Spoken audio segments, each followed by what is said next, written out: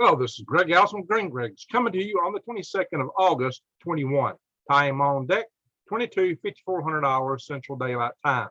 My question to you is this: is Afghanistan the key to China winning World War III? Now, you may say, gosh, how can that be? And you may be thinking of the minerals. No, I'm thinking of a bigger strategic geological parameter here, guys. Let me show you. Well, let's talk about this first. I did a video about 3 weeks ago, which I talked about the United States having a war with China and how that may shape out. And if I recall correctly, in that video, I talked about that, or some other videos, the prospects of the United States blockading China. If it were a conventional war, how we might actually get the upper hand and contain China through blockade and essentially win the war, but not an invasion of China, because us invading China with their population would be, it's not happening. Now, bear in mind, let me be clear. I don't favor war. Let me just be blunt about it. I don't like the idea of war at all. But what we're talking about is the prospects of what would happen if it happened and how it could go down. And I'll bring you these videos and others as part of my Eyes Wide Open Head on a series, swivel series. Because you need to keep your eyes open and head on so to know what's coming on in the world today. My friends, I've got a special right here with to help you out should the war break out. You better be prepared and get ready, because the food supplies may be somewhat less than totally available. So because especially when we have a grid down, there will be huge disruptions in the supply chain should there be such a war as this. So do check out prepwithgreg.com, because on prepwithgreg.com you can get food that will last for 25 years and still be in pristine condition, because it is freeze-dried, not dehydrated. It is real food. 2,000 calories a day, which is a lot more than a lot of the other companies will offer you for the period of time, what they claim is a certain period of time worth of food. 2,000 calories a day, breakfast, lunch, and dinner. And with that, you'll be a winner. You get $300 off a 3-month supply, guys. And if that's a little bit too much to go for, you can get 25% off of a 1-month supply. 1 month is 2 of these buckets. Each bucket is 2 weeks. 3 months is 6 of these buckets. And they're lightweight. They're easy to store, easy to carry. The freeze-dried food is the best deal for long-term food storage because of its lightweight and portability. And the price is great, all that considered, especially how you can store it, how you can carry it. It's great. Even kids can carry those buckets. They're lightweight, guys. So make sure to bug out or bug in, and storage a whole lot simpler to do. I also do videos on how to eat free from the weeds and trees, and about going to big box stores, and a whole lot of stuff about gardening and worm farming, and more things about this kind of things. You need to keep your eyes wide open, head on swivel for. So to get my videos, subscribe to my channel, bang the update notification bell, and click all. All that said, now let's get into this. So what I talked about in this video I did about 3 weeks ago was this blockade notion. Let me go to share and show you kind of what that looks like. We'll do share screen, and we're going to look at a map of the region here. Blow it up a little bit. Here we go, guys. This is China, of course. And as you can see, China is surrounded by this, what we call the first island chain here. And, of course, they're building their own little islands down here in the South Pacific. So, excuse me, South China Sea. Going out here, there's the second islands. Actually, there's another line of islands here we can't see, like Guam and so forth. Third islands, I guess, is over here with Honolulu. We don't want to go that far, guys. So the idea is that China lives with trade off other countries. China imports 87% of its energy needs, oil from countries like Nigeria, which is a big oil producer, and Iran, the Saudi Arabian Peninsula Gulf here, the Persian Gulf, I should say. Excuse me today. It's late. Messing up here, guys. Excuse me. So the Persian Gulf, mainly Iran and Nigeria, are big suppliers to China. So a lot of China's trade to Europe and to Africa and the Mideast goes by sea. Almost all, China's trying to build some roads initiative, but their overland routes are nothing. Everything's going by sea. And by sea, There are some very strategic choke points which have been well noted by India, and I'll show you an article on that in a bit, and I'll take some counterpoint with that. Look here.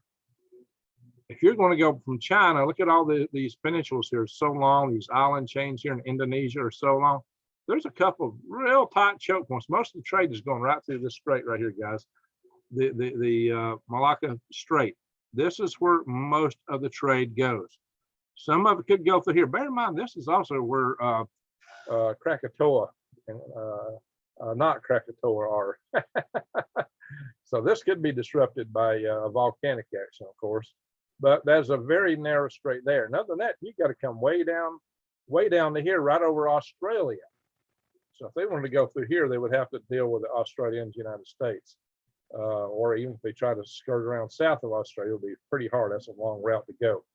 So China's, a lot of their lifeblood is this trade to Europe and Africa and the Mideast. And China is not self-sufficient. Here's another island chain that's available to the Indians, even behind these tight straits here, other islands here. Indians have quite a large navy. I'm going to show you their article on that shortly. So India kind of prides themselves sitting on the choke point there of Japan's jugular vein. Excuse me, China's jugular vein. I'm going back to World War II in my mind. So it's even more so today with China than it was with Japan back in World War II, guys. So this is these are key things to understand in a geopolitical war. So if it was a case though that China was just fighting the United States, they've got a new ace in their hole through Afghanistan. Oh yeah, guys, this also may be a reason why a war between India and China is even more likely. That should have been a second question.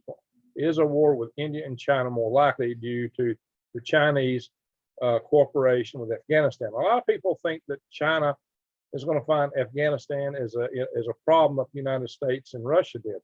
But that's because the United States and Russia were not with the Taliban, not then.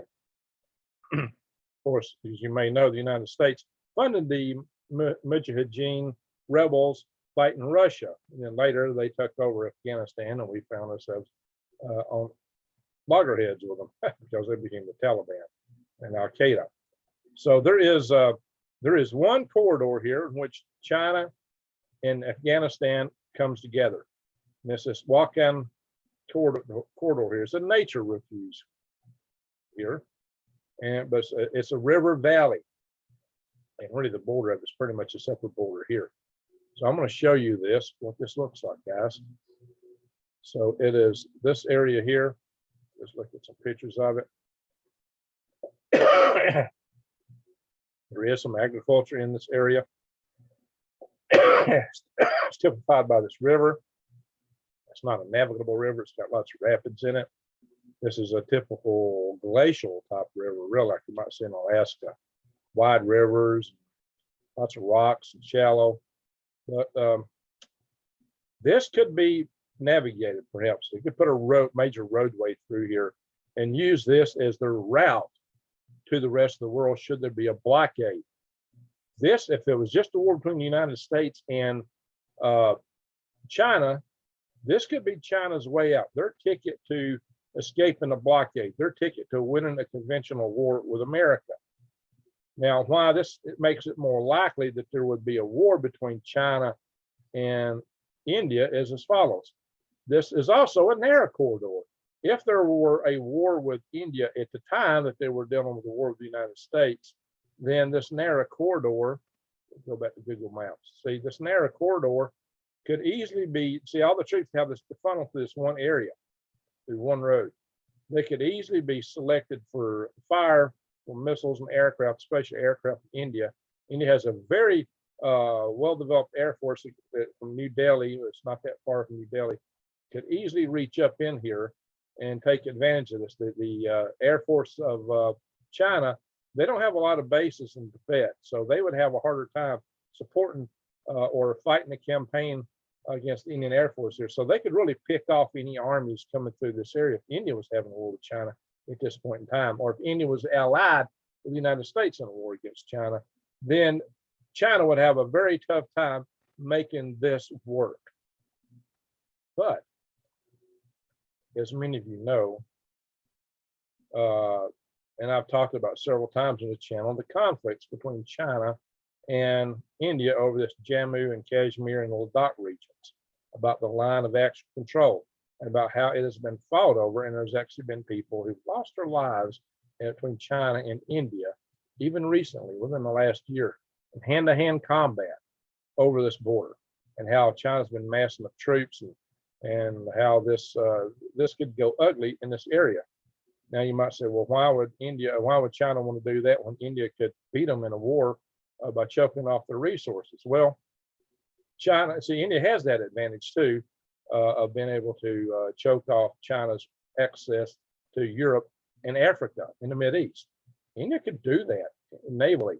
India could pull that off, even though the Chinese Navy is larger.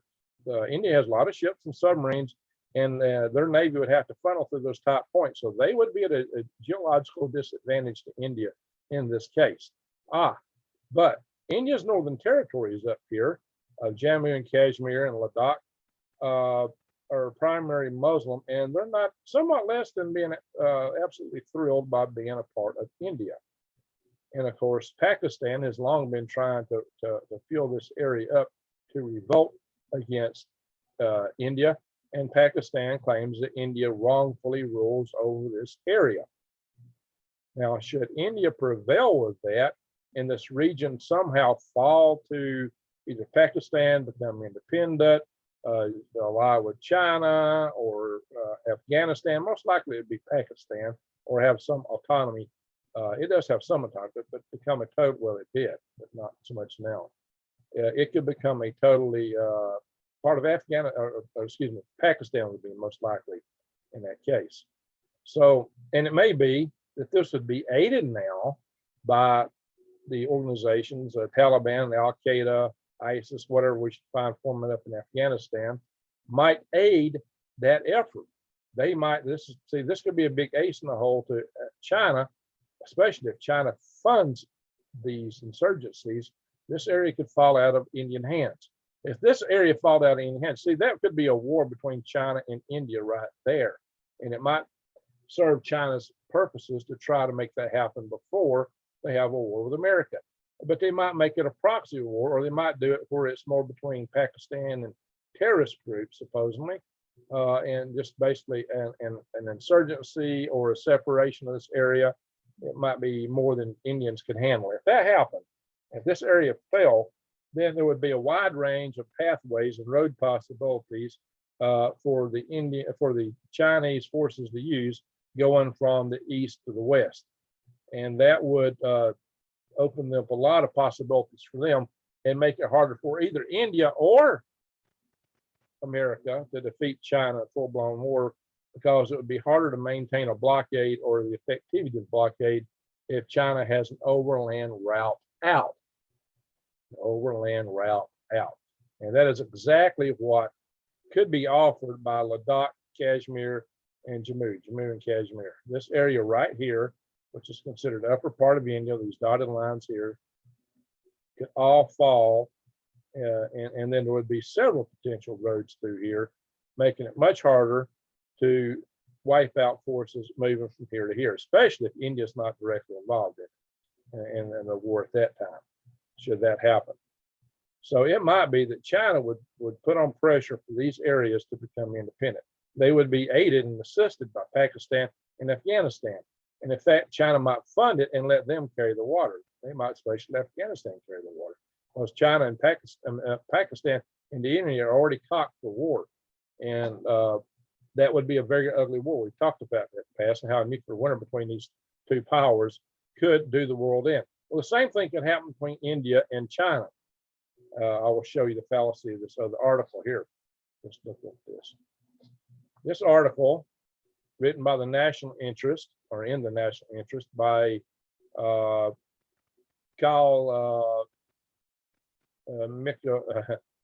Mizukami. Kyle Mizukami, English first name, and it looks like a Japanese last name.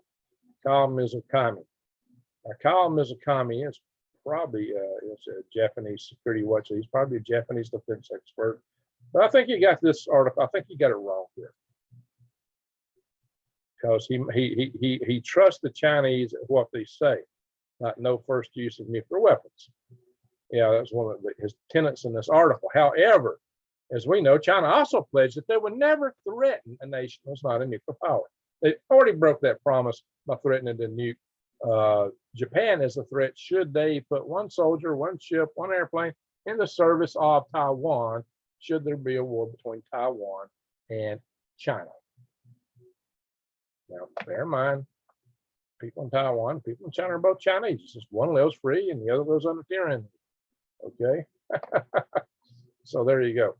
You know, look, guys, there's good and bad people anywhere in the world, in any nation, in any village, hamlet, of any color, race, religion, creed. There's good and bad people in all places. There's good people everywhere. There are good people everywhere. People give you the shirt off their back.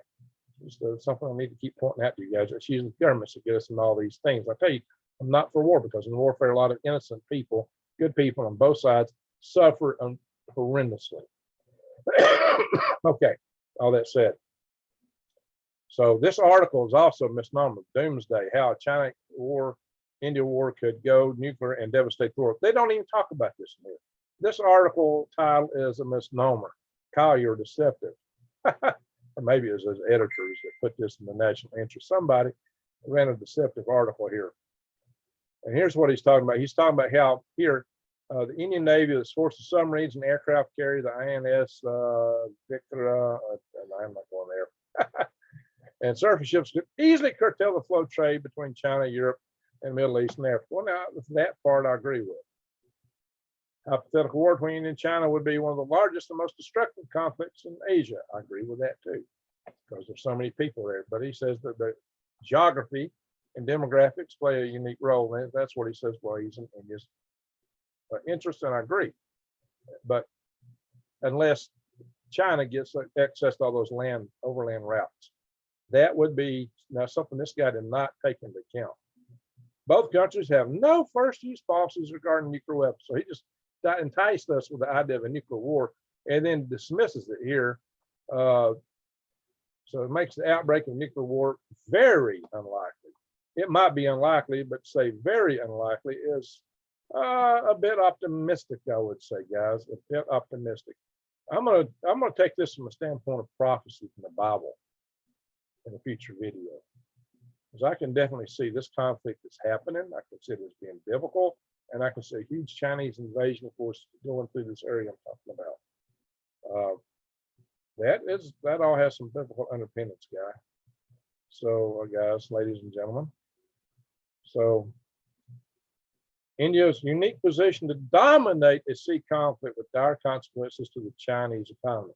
So he's thinking this would bring China's government down because the economy would suffer so greatly. Of course, he throws in here, he's worried about when the latest fighters from China are available, the J-20, it might change some of the stuff, but he talks about how far it is for those fighters to go. A lot of stuff in here. I'm not going to read this article. A war between China and India. India and China will be nasty, brutal, and short with far-reaching consequences for global economy. That's true. The balance of power and geographic constraints means a war would almost certainly fail to prove decisive. Well, that may be true. Unless nuclear power is used, or a surprise attack of nuclear power. Both sides could almost certainly have concluded this. That's why there's not been a war for 50 years, and hope it stays that way. Now, we hope that's right. We definitely hope that it stays that way and it don't come to full blows. But if China is really perceiving they may get into war with America, they may push harder to secure Jammu and Kashmir and Ladakh. This was all Jammu and Kashmir at one time. The Indians made this partition to make Ladakh a second area recently, and passed an amendment to the Constitution revoking a lot of the autonomy that the people that live in Jammu and Kashmir and Ladakh had, which was attacked by the president of Pakistan. He jumped all over. I did a video on that. But so they definitely would like to wrest this free from India. And should they do that, then the overland pass would be available. Now, just on the surface of it, apples being apples, you might think maybe this area ought to be free. But the consequences with China figured into it could really change the game here. It could be a huge game changer of what China would be able to do in terms of moving forces, trade, economy, global dominance. But mostly it would be taking away the trump card that other article talked about, for how the geographic advantages of India would enable it to be dominant in the war against China should it stay conventional, and the same with America. So this could be the real game changer, guys. So this may be much bigger than the $1 to $3 trillion worth of rare earth minerals that exist in Afghanistan. So China has a lot of vested interest in getting along with the Taliban, propping the Taliban up, making the Taliban a nation. China has a lot more vested interest in that than we did. Maybe our main vested interest, if we had been smart enough, would have been to prevent China from doing that. I said, yeah, we play checkers, they play chess. So go figure. So China's playing chess and we're playing checkers. So watch out, guys. This is hey, I like checkers, especially Chinese checkers, actually. I killed at that game. I don't think I ever lost a game of Chinese checkers. So there you go, guys. That is what I'm getting at, guys. This is a very formidable situation. Oh yeah, let's show you the article I was talking about here. War between the U.S. and China.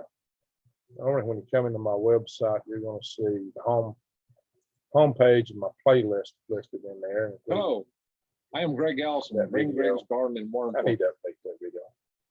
And you won't see that video at all because this playlist is way over here. But if you click on videos, it will list them by the most recent.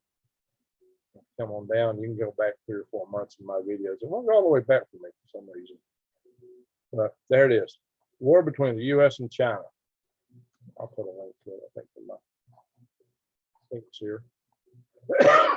So, stop the share. So that's the dimensions. You can see the the Japanese, the Indians, they're already thinking along these lines. And some of the writers in America are thinking about along these lines of multiple level blockades. A single blockade might be ineffective, but the best articles I've seen on this talk about a multiple level blockade. How the outer blockade would be the warning, but the inner blockade would be the shoot to kill. There's always people trying to run blockades, and so you don't want an international incident over that. So yeah, the blockades are fraught with a lot of peril in and of themselves. But this is how the U.S. or India and the U.S. and India working together, especially, could win a conventional war against China. Should China not get Jammu, Kashmir, and Ladakh to be on their side and be able to put roads through there and move their troops through that area? Or ultimately, if they have that vast degree of ability to move and all those roads in, well, one might hope that India would have enough air force to be able to cover all that. That's the other. Now, should all that fall, the United States and India need to think about cooperating to ensure that India could take care of that situation should it occur. The United States needs to draw closer to India. That's all I got to say about that. We need to work with the Indians more and more and draw closer to that country. At one time, we were closer to Pakistan because Pakistan was allied with us and India was allied with the Soviet Union. Even though India was a democracy. We go figure that. But, hey, Indians are independent. They think for themselves. They're smart people, industrious people. So Pakistanis. Pakistan developed the BOMB. So on their own. So don't discredit any of these, but those are smart people over there. And so we've got to figure out a way to work more closely with India with regards to China and bring them in and bring this Quad 4 closer together, United States, India, Japan, so that we can, Australia, so that we can work to maintain freedom. I don't have anything against China if they just, don't try to invade other people. They're trying to grab things, take things, it's not theirs. of the South China Sea, for example. That's not theirs, but they've grabbed it, trying to anyway. All right, my friends. So let's hope somehow this aggression stops. Pray for a better world. And oh yeah, by the way, this is the thermos gave to me by Great Atlanta. See the Space Force. You see my cap? It's the same. She got me this so that people would know that's what's on my cap. A lot of people think I'm wearing some kind of evil star or satanic star. No, it's the Space Force. It's our new branch of the military. All right, gentlemen, ladies and gentlemen, keep your eyes wide open, head on swivel. We could see a bigger prospect for at least secession of those areas and insurrection of those areas, or even a war between China and India that would be a precursor war to World War III, which might give China an upper hand. You've heard it first on this channel. You've heard it first right here. Why? Because I've got the capabilities of analysis. So let's hope these things don't come to pass. Let's hope that China never has the capability to use that area militarily, so that that they won't have that as your back door. Anyway, that may be our only advantage against them. It really would in a conflict that remains conventional. The nuclear war, wow, all bets are off. There's no winners, guys. Not really. Just the question is, who's the biggest loser? And the other one would be relatively the winner. Everyone's alive. It's just there's no real situation like that. War is horrible. War is awful. Don't romanticize it. It's not good. But we have to defend ourselves. If we're attacked, we have to defend ourselves. But war is awful. Bear that in mind. So, guys, best way to deal with these things is one. I keep telling y'all individually, don't buy Chinese junk. How you spend your dollar? Buy locally. Most effective thing you can do personally. Other than that, on personal level, it's light dispels dark. Love dispels hate. So shine your love light to the world. Thank you for watching.